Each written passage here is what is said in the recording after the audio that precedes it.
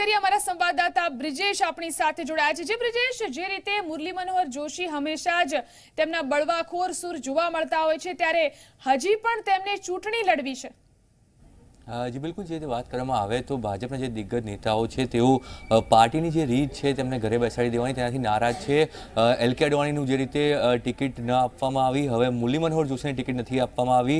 સંગઠન મંત્રી રામલાલ દ્વારા જે છે તેમને સીધી જાણ કરવામાં આવી કે તેઓ ચૂંટણી નહીં લડે અને તેમણે પાર્ટી ઓફિસે આવીને આ મામલે જે છે સ્પષ્ટતા કરવી જોઈએ, પણ તેમ કરવાથી તેમણે ઇનકાર કર્યો અને સીધો કાનપુરવાસીઓને ઉદ્દેશીને તેમણે મેસેજ કર્યો છે, એક ચિઠ્ઠી જાહેર કરી છે જેમાં લખ્યું છે કે મને પાર્ટીના સંગઠન મંત્રી દ્વારા સૂચના આપવામાં આવી છે કે મારે ચૂંટણી નથી લડવાની અને આ વાત હું મારા મતદારોને કરી રહ્યો છું। હું કાનપુર અથવા અન્ય કોઈ પણ સંસદીય ક્ષેત્રમાંથી ચૂંટણી નહીં લડું। એટલે કે સીધી રીતે અડવાણી યુગ, જે વાજપેયી યુગ હતો, તે યુગના જે નેતાઓ છે તેમના અંત તરફ પાર્ટી લઈ જઈ રહી હોય તે પ્રકારનો એક સીધો મેસેજ છે। એલકે અડવાણી પણ પોતાની જે ટિકિટ કપાય તેનાથી નારાજ છે અને મુરલી મનોહર જોશી પણ એ જ કેમ્પમાંથી માનવામાં આવે છે।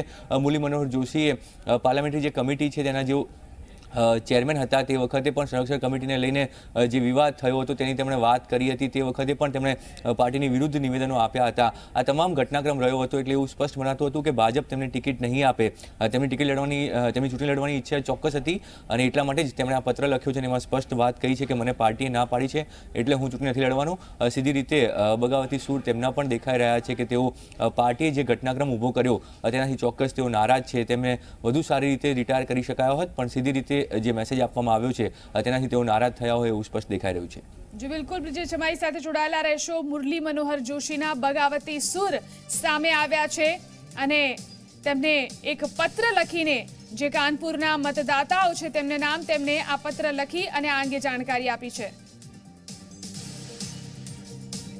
અને આ ઉપરાંત વાત કરીએ, જલ્દી આવી શકે છે ભાજપના બાકી ઉમેદવારોનું લિસ્ટ। પ્રભારી ઓમ માથુર અમદાવાદમાં કરી રહ્યા છે કવાયત। બાકીના નામોનું કોકડું ઉકેલવાના પ્રયાસ થઈ રહ્યા છે। જૂનાગઢ, પોરબંદર, મહેસાણા માટે બેઠકોનો દોર, પાટણ બેઠક માટે નામ અંતિમ કરવા માટે પણ કવાયત ચાલી રહી છે। તો જે બેઠકો ઉપર હજી સુધી ઉમેદવાર જાહેર કરી શકાયા નથી, જેની ઉપર અસમંજસની સ્થિતિ પ્રવર્તી રહી છે, તેના નામ હવે જલ્દી જ સામે આવી શકે છે। ઓમ માથુર અમદાવાદ આવી ચૂક્યા છે। તો આ વિશે વાતચીત કરવા માટે બ્રિજેશ આપણી સાથે ન્યૂઝ રૂમથી જોડાયેલા છે। જે બ્રિજેશ, જે બેઠકો ઉપર ભાજપમાં કોકડું ગૂંચવાયેલું છે, શું લાગે છે કે આજે તે લિસ્ટ બહાર આવી જશે? આજે તો લિસ્ટ બહાર નહીં આવે પણ આગામી 2-3 દિવસની અંદર આવે તેવી શક્યતા છે। ગઈકાલે જ્યારે પ્રભારી ઓમ માથુર એરપોર્ટ પર લેન્ડ થયા તેમણે સ્પષ્ટ વાત કરી કે કોઈ નારાજગી નથી, કોઈ તકલીફ નથી, ઝડપથી આ નામો જાહેર કરવામાં આવશે। પરંતુ એક વાત હકીકત એ છે કે 5 બેઠકો ઉપર ભાજપ દ્વારા મંથન ચાલી રહ્યું છે। જે ઉમેદવારો નિશ્ચિત હતા તેના સ્થાન ઉપર અન્ય ઉમેદવારોના નામને લઈને પણ કવાયત કરવામાં આવી છે। પાર્ટી બીજા ઓપ્શન્સ શોધી રહી છે અને તેના માટેની કવાયત કરવામાં આવી રહી છે। જૂનાગઢ બેઠકની વાત કરીએ તો રાજેશ ચુડાસમાની ટિકિટ કપાય તેવી પૂરી શક્યતાઓ દેખાઈ રહી છે, જેને લઈને પાર્ટીમાં જે છે મંથન ચાલી રહ્યું છે।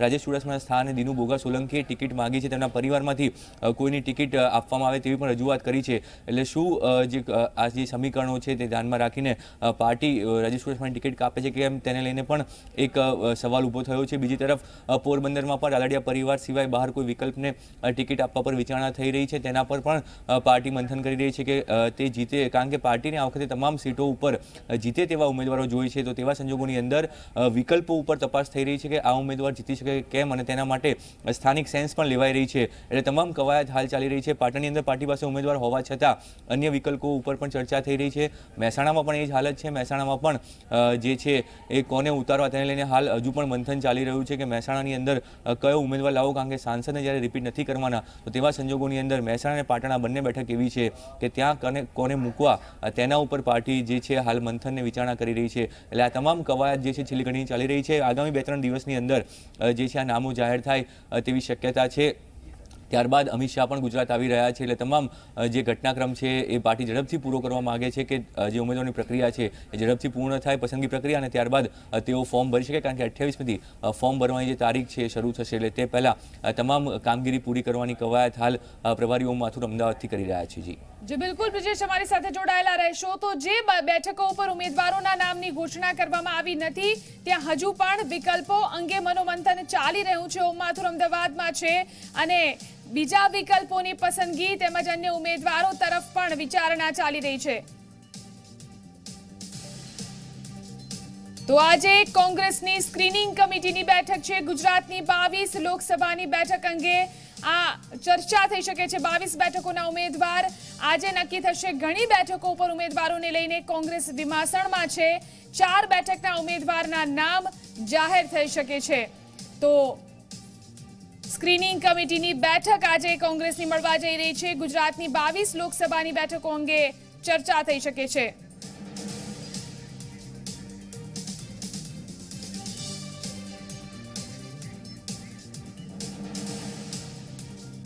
તો બિલકુલથી આ મુદ્દે વાતચીત કરવા માટે અમારા સંવાદદાતા ગૌરવ તેમજ દિલ્હીથી હિતેન પણ આપણી સાથે જોડાયેલા છે। ગૌરવ, તમને પૂછવા માંગીશ સૌથી પહેલા, કોંગ્રેસની આજે સ્ક્રીનિંગ કમિટીની બેઠક મળવા જઈ રહી છે, કયા મુદ્દા ઉપર ચર્ચા થઈ શકે છે?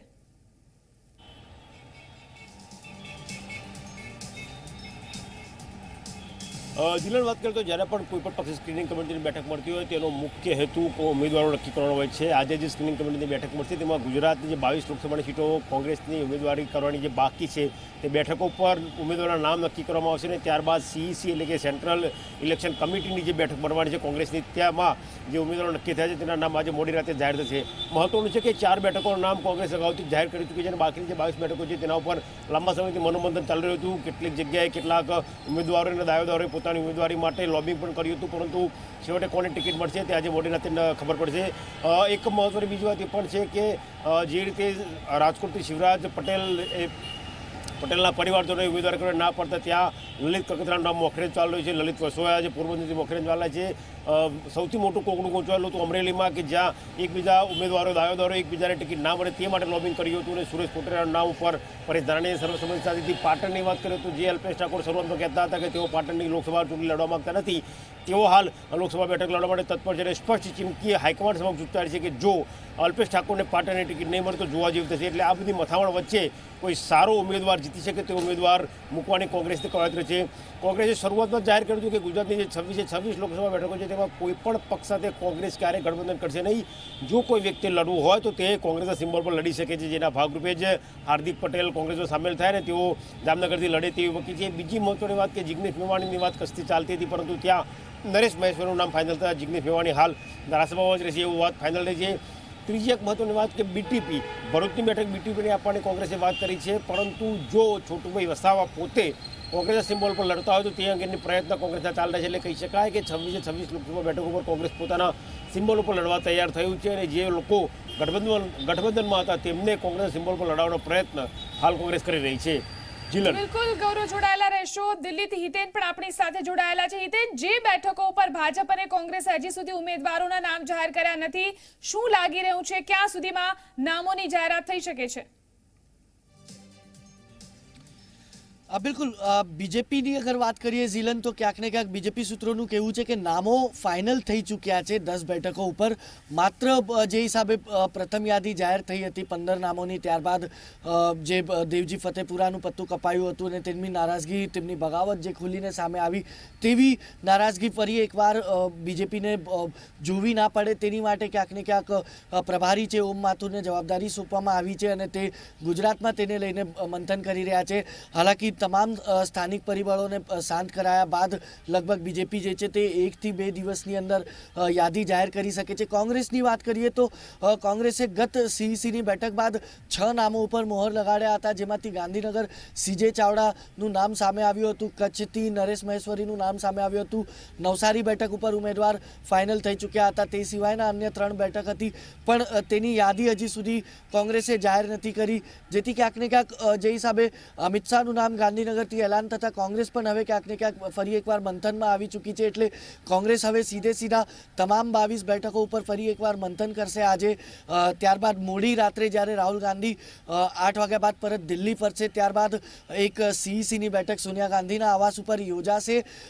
તે બેઠકની અંદર તમામ નામો ઉપર ચર્ચા થશે। કોંગ્રેસ સૂત્રોનું પણ કહેવું છે કે લગભગ 30 તારીખ પહેલાં કોંગ્રેસ જે છે તે તમામ ઉમેદવારોની ઘોષણા કરી શકે છે। બીજેપી અને કોંગ્રેસ બંને ગુજરાતમાં મેદાનમાં 26 ઉમેદવારોની ઘોષણા જે છે તે 30 તારીખની પહેલાં કરશે, કારણ કે 30 તારીખ બાદ તમામ ઉમેદવારો પોતાની ઉમેદવારી જે છે તે નોંધાવશે. 30 તારીખે અમિત શાહ પોતે ગાંધીનગર પહોંચવાના છે ઉમેદવારી નોંધાવવા માટે. એટલે ક્યાંક ને ક્યાંક 30 તારીખ બાદ તમામ પાર્ટીઓ જે છે તે ખુલીને પ્રચારના મેદાનમાં ચૂંટણીના મેદાનમાં પ્રચાર માટે ઉતરવાના છે, જેથી 30 તારીખ પહેલાં લગભગ તમામ નામો સામે આવી જશે. આ જે સસ્પેન્સ લગાતાર બન્યો છે, ક્યાંક ને ક્યાંક કોંગ્રેસ સોર્સેસનું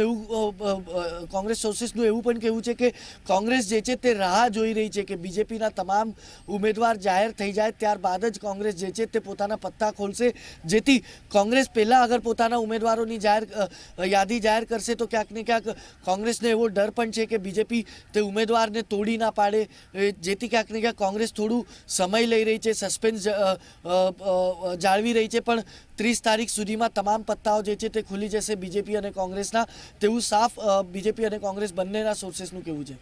જી બિલકુલ, આભાર હિતેન. તમામ મિત્રોનો આભાર સમગ્ર જાણકારી આપવા માટે, વાતચીત કરવા માટે. તો જે બેઠકો ઉપર હજી સુધી ઉમેદવારોની જાહેરાત થઈ નથી, 1-2 દિવસમાં તે ઉમેદવારોની જાહેરાત પણ કરવામાં આવશે. કોંગ્રેસની આજે સ્ક્રીનિંગ કમિટીની બેઠક મળવા જઈ રહી છે, તેની અંદર પણ બાકીના ઉમેદવારો અંગે જે પ્રક્રિયા જે છે તે હાથ ધરવામાં આવશે.